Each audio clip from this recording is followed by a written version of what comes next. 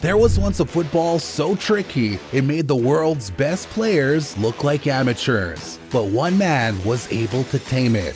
This is the wild tale of Diego Forlan and the Jabulani. The 2010 World Cup in South Africa was supposed to be a celebration. It was Africa's first time hosting the biggest football party on earth. But instead of cheers, we heard groans. Why? Because of a little round thing called the Jabulani. This wasn't just any football though. The Jabulani was special. Its name meant celebrate in Zulu, one of South Africa's 11 official languages. The ball's design was meant to capture the essence of the host nation, with 11 colors representing these languages, and 11 players on a team, and South Africa's 11 communities. It had cool colors and a funky design. Adidas, who made it, said it was the best ball ever. But when players kicked it, weird things happened. The ball flew all over the place. Goalkeepers couldn't catch it, strikers couldn't control it. Everyone was angry, except one guy. His name, Diego Forlan, and he was about to show the world how to dance with the Jabulani. So what made the Jabulani so crazy? It all came down to science. Most footballs have 32 panels stitched together, but the Jabulani, it was a radical departure from traditional football design. It had only 8 thermally bonded 3D panels, and they were glued, not stitched. Created by Adidas in collaboration with engineers from Loughborough University, its surface was covered with barely noticeable grooves. This made the ball super smooth and round. Now you might think a smoother ball would fly straighter. Nope, the Jabulani did the opposite. It wobbled in the air like a drunk bumblebee. Players would kick it and suddenly it would drop, swerve, or do a little loop-de-loop. Goalkeepers hated it the most. Italy's Gianluigi Buffon called it absolutely inadequate. That's a fancy way of saying it sucked, by the way. Brazil's Julio Cesar said it was like a cheap supermarket ball. Ouch. Even outfield players couldn't figure it out. Luis Fabiano, a Brazilian striker, said it's like it doesn't want to be kicked. It's supernatural. Some players even thought someone was controlling the ball with a joystick. The complaints got so bad that scientists stepped in. They found out that at certain speeds, the ball would experience a knuckleball effect and suddenly change direction. This effect was worsened by the high altitude conditions in some South African stadiums. It was like playing football with a magic 8-ball. You never knew where it would end up.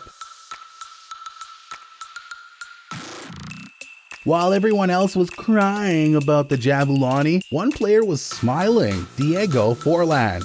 But who was this guy? Forlan wasn't always a superstar. He started his career in Argentina, then moved to Manchester United in England. But things didn't go well there. Fans called him Diego Forlorn because he couldn't score. But Forlan didn't give up.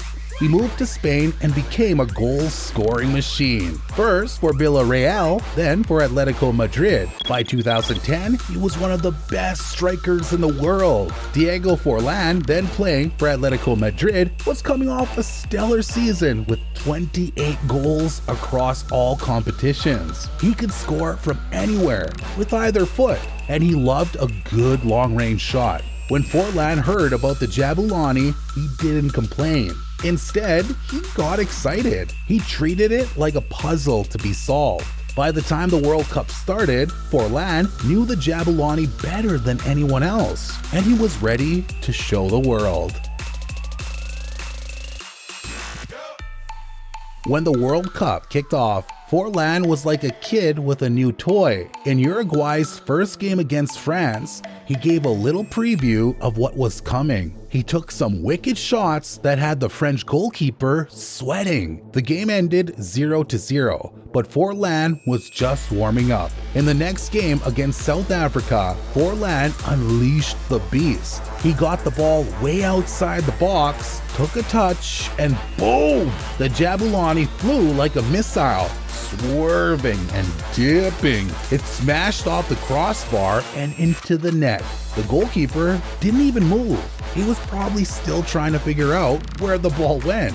But Forlan wasn't done. Later in the game, he scored a penalty, blasting the ball into the roof of the net. The Jabulani didn't have time to do any tricks on that one. As Uruguay moved into the knockout stages, Forlan kept pulling rabbits out of his hat. In the quarterfinal against Ghana, he scored a free kick that looked like it had a mind of its own.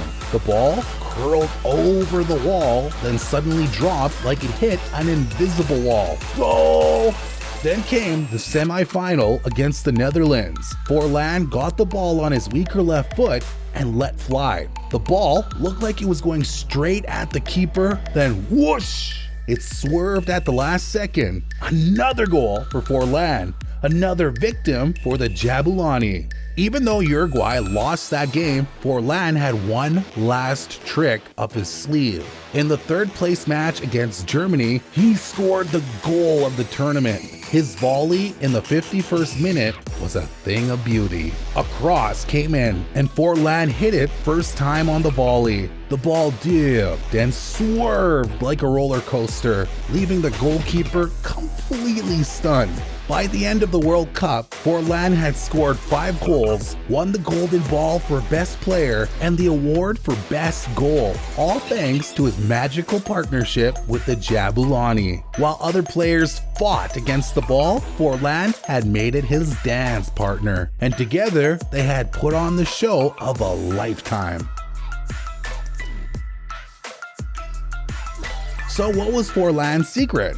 Simple. Practice, practice, and more practice. 3 months before the World Cup, he asked Adidas to send him one of the balls. While the other players were chilling after training, Forlan was out there kicking the Jabulani over and over and over again. While others whined, he worked. He spent hours studying the Jabulani's weird moves. Kick, watch, learn, kick, watch, learn. Over and over. He was determined to unlock its secrets and turn what others saw as a liability into his greatest asset. Forlan was like a scientist, always experimenting. His background as a knuckleball specialist served him well. He understood the science of ball flight and was able to apply this knowledge to the unique properties of the Jabulani. He tweaked his shooting technique to match the ball's quirks. He'd kick the ball different ways, watching how it flew. He learned when to kick it hard, when to curl it, when to let it do its crazy dance. By the time the World Cup started, Forlan and the Jabulani were best buddies. He knew just how to make it sing. Forlan's Jabulani mastery didn't go unnoticed. He scooped up awards like candy. Joint top scorer? Check. Golden Ball for best player? You bet. Goal of the tournament? Of course. 5 goals, including some absolute bangers, jaw-dropping free kicks, long-range screamers. Forlan did it all. In a tournament where superstars struggled, he shone like a diamond, all because he embraced the ball everyone else hated. Forlan's 2010 World Cup changed everything. Remember Diego Forlán? Gone. He showed that with the right mindset, you can turn any challenge into a chance to shine. Years later, people still talk about Forlan's Jabulani magic. So there you have it, the tale of one man and his crazy wobbling football friend, Forlan and the Jabulani. A love story for the ages. What do you think? Could you obtain the Jabulani? Let us know in the comments. And don't forget to like and subscribe for more wild football stories.